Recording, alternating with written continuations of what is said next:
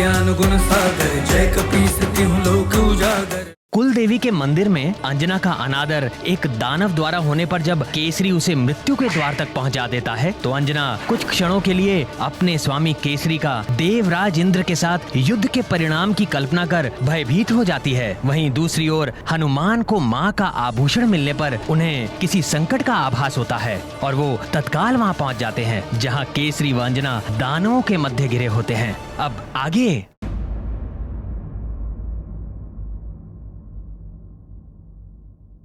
मित्रों, तुम सब माँ और सेविकाओं का ध्यान रखो।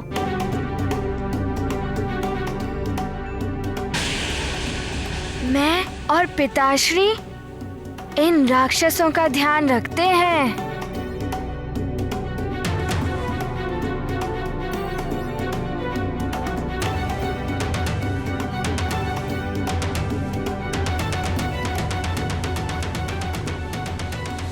पुत्र हनुमान, तुम्हें जो युद्ध शिक्षा दी थी उसके अभ्यास का समय आ गया है। आज पहली बार हम पिता पुत्र मिलकर व्यवहारिक अभ्यास का आनंद लेते हैं। हाँ पिताश्री, आज तो बड़ा ही आनंद आएगा।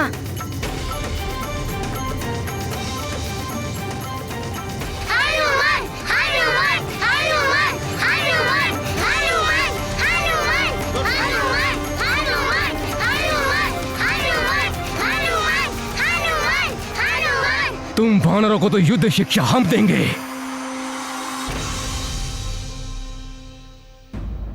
अच्छी तरह से। हनुमान, गदा प्रहार करो। जी पिताश्री।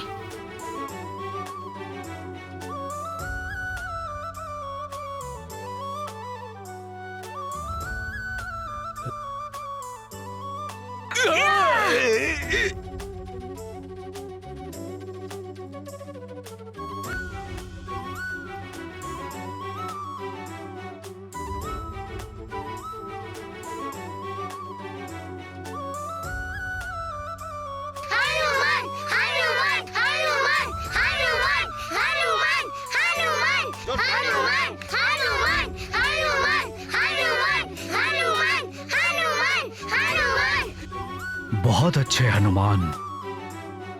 पिताश्री, आप वहाँ शिला पर बैठकर मुझे निर्देश देते रहिए जैसे आप युद्ध शिक्षा में देते हैं। फिर आप देखिएगा मैं क्या करता हूँ।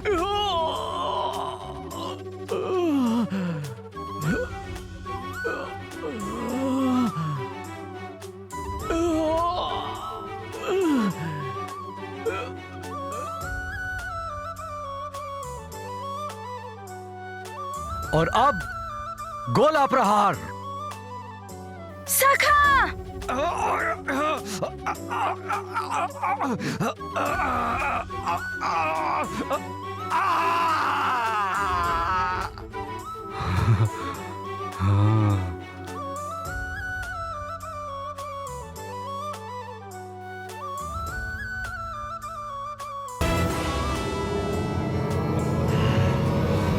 यहाँ नहीं, वहाँ।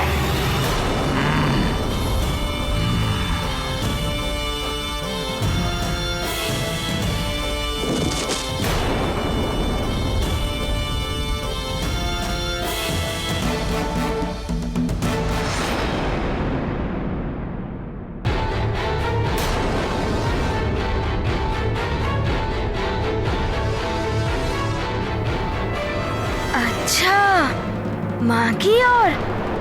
सखा!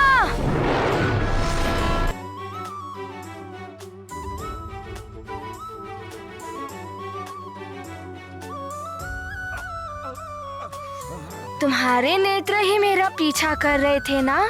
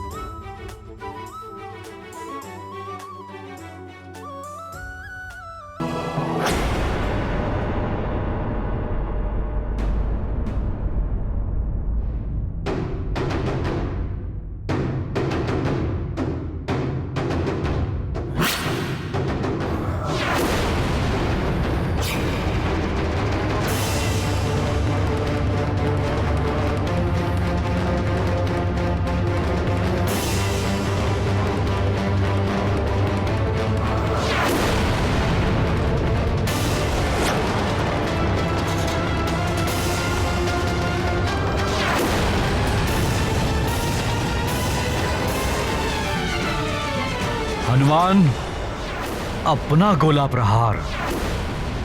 पिता पुत्र दोनों ही लड़ते, नारी की अस्मिता रक्षित करते। केसरी बल भरते भर भर कर, हनुमत दंड देते गिन गिन कर। अब दोहरा प्रहार। की ढाल बन गए असुर सारे, मुक्ति को पा गए। हनुमत करें सब पर उपकार, केसरी नंदन की जयकार। गाथा महाबली हनुमत की, रुचिकर लीला राम भगत।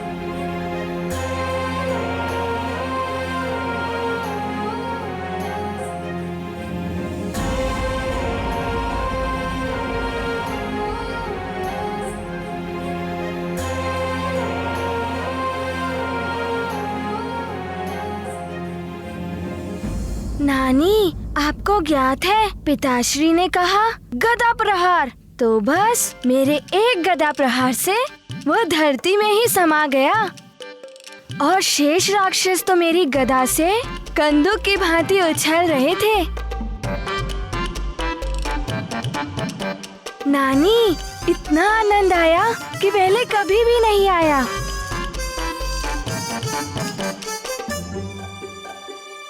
हनुमान, राक्षसों का सफाया तो हुआ ही, तुम्हारी माँ का मुखड़ा भी कैसी प्रसन्नता से खिल उठा है। जब देखो तब दुखी दिखाई देती थी।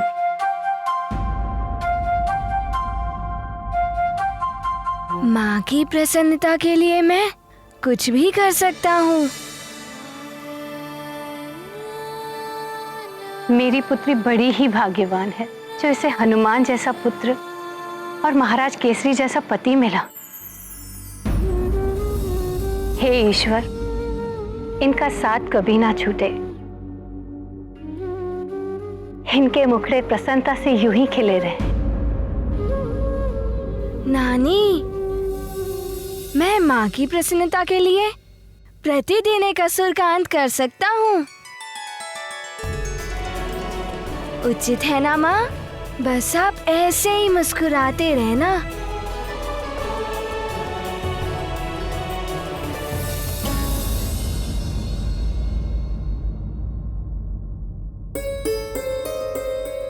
इन सब के खिले हुए मुखड़े मुरझाते हुए नहीं देख सकती मैं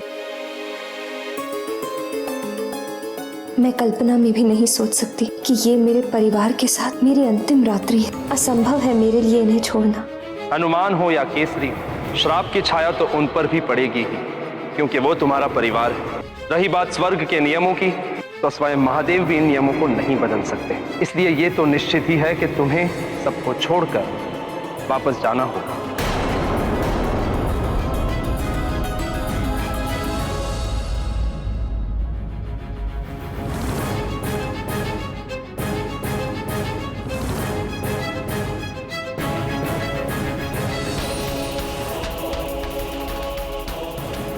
महाराज, प्रणाम। क्या हुआ मंत्री जी?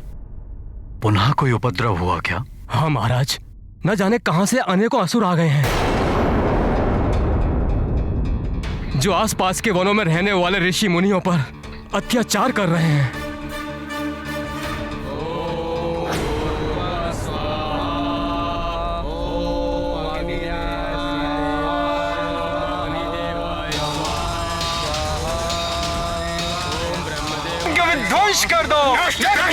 सब कुछ। कोई यज्ञ नहीं करेगा, कोई भविष्य नहीं देगा देवताओं को। देखो, ये सब तुम अनुचित कर रहे हो, भगवान के कार्य में विघ्न डाल रहे हो। कान खोलकर सुन लो मूर्खों, यदि इंद्र और विष्णु के नाम पर यज्ञ किया तो नरभक्षियों के सामने फेंक दूंगा। भगवान रक्षा करो, भाई महान, प्रभु रक्षा करो।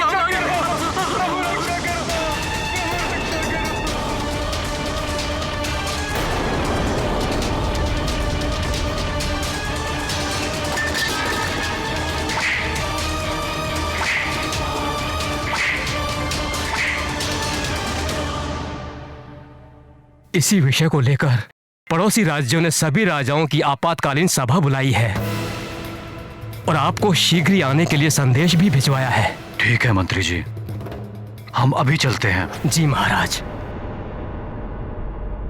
अंजना, तुम चिंता मत करो, मैं शीघ्र ही लौट आऊंगा। यदि असुरों का वध करना पड़ा तो एक दिन भी लग सकता है। तुम चिंता मत करो अंजना, मैं शीघ्र ही लौट आऊंगा।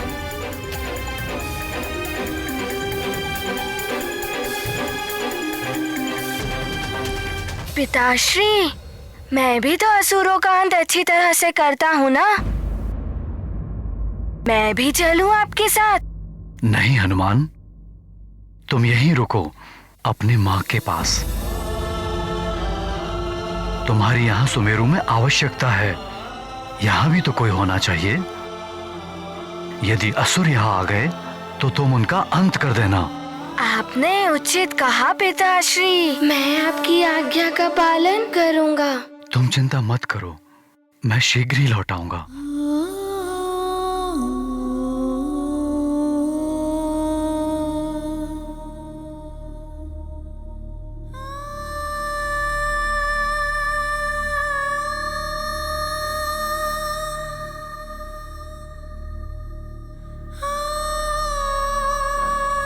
स्वामी, आज रात्रि आप ना जाएं तो।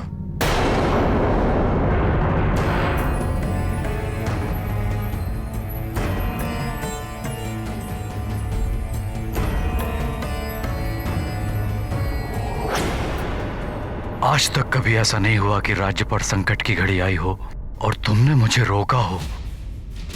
फिर आज क्या बात हो गई? कोई समस्या है क्या? नहीं, वो बात यह है कि आप अभी अभी इतने बड़े संकट से उभरे हैं। मैं चाहती थी आज रात्रि आप विश्राम कर लेते। अंजना, मैं तुम्हारी भावना समझ सकता हूं, किंतु मैं एक राजा हूं। राजा को शासक की भांति नहीं, सेवक की भांति अपनी प्रजा के लिए सदैव खड़े रहना चाहिए, कभी विश्राम नहीं करना चाहिए। सत्य है स्वामी, संकट काल में प्रजा को राजा का ही सहारा होता है। और मैं नहीं चाहती कि आपको किसी भी क्षण ऐसा लगे कि मेरे कारण आप किसी प्रकार के बंधन में हैं।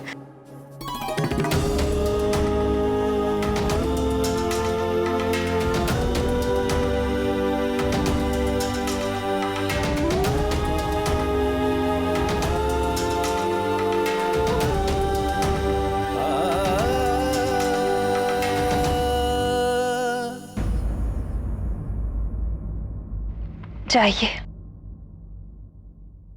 रक्षा कीजिए प्रजा की, ऋषि मुनियों की। अंजना, कुछ तो है जो तुम मुझे बताना चाहती हो।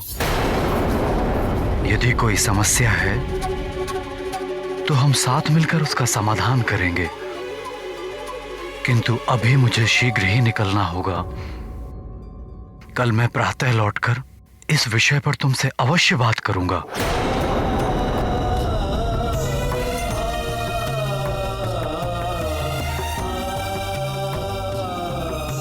वचन है ये मेरा।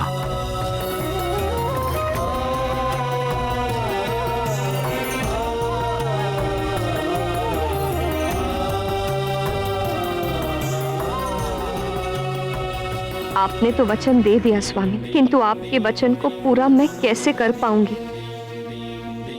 आप जिस प्रातः का वचन दे रहे हैं, न जाने कल वो सुबह होगी भी या नहीं।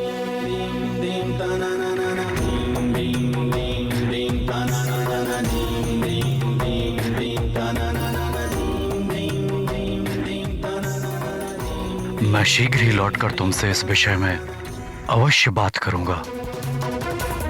अपना और सबका ध्यान रखना, जैसे तुम सदैव रखती आई हो।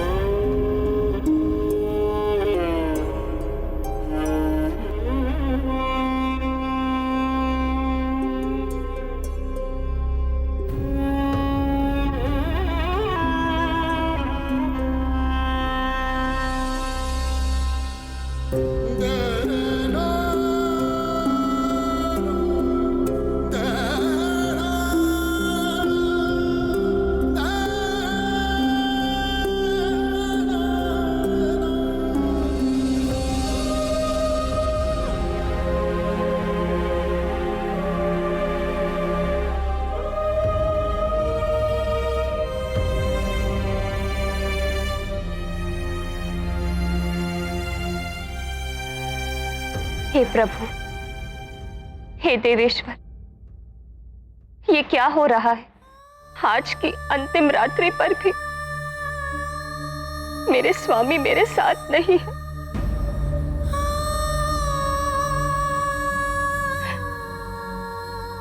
उनकी प्रतीक्षा करने का समय भी शेष नहीं बचा। अब कुछ ही पल में मुझे स्वर्ग जाने के लिए निकलना होगा।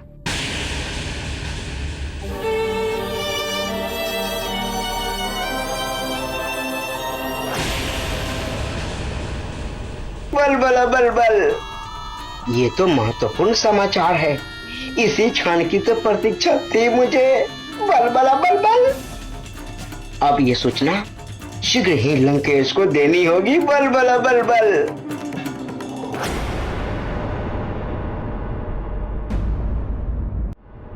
हे प्रभु, किस मोड़ पर लाकर खड़ा कर दिया है मेरे भाग्य ने मुझे। अभी अभी तो मेरे परिवार में सुख के दिन लौटे, और अब मेरा विच्छोह महादेव, मेरा पुत्र, मेरे पतिदेव, कोई भी सहन नहीं कर पाएगा मेरे विच्छोह को। यदि उन्हें सच्चाई ज्ञात हो गई तो इंद्रदेव से भी युद्ध ठान लेंगे वो। मुझे तो स्वामी को सत्य बताने का अवसर भी नहीं मिला,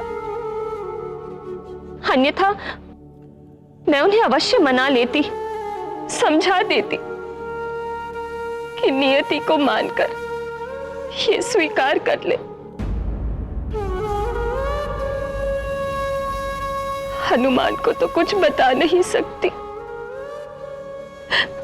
अबोध है वो। उसका कोमल मन ये सब नहीं सहन कर पाएगा,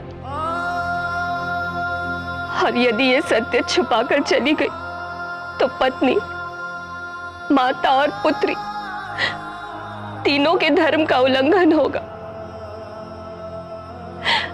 अब आप ही सही मार्ग दिखाइए देवेश्वर, बताइए मैं क्या करूं।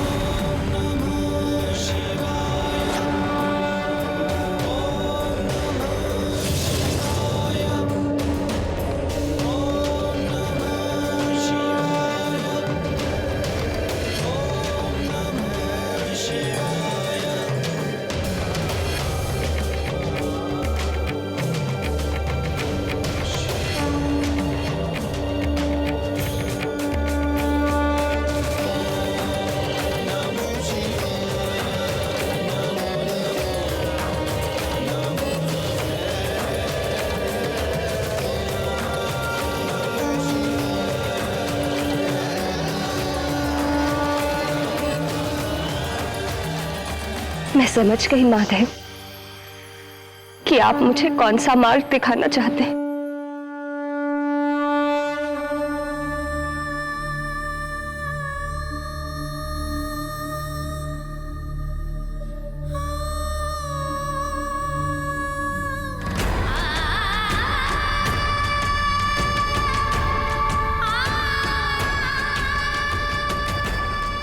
स्वामी, मेरी ये पाती मेरा अंतिम प्रणाम है आपको। नियति के सामने मैं विवश हूं।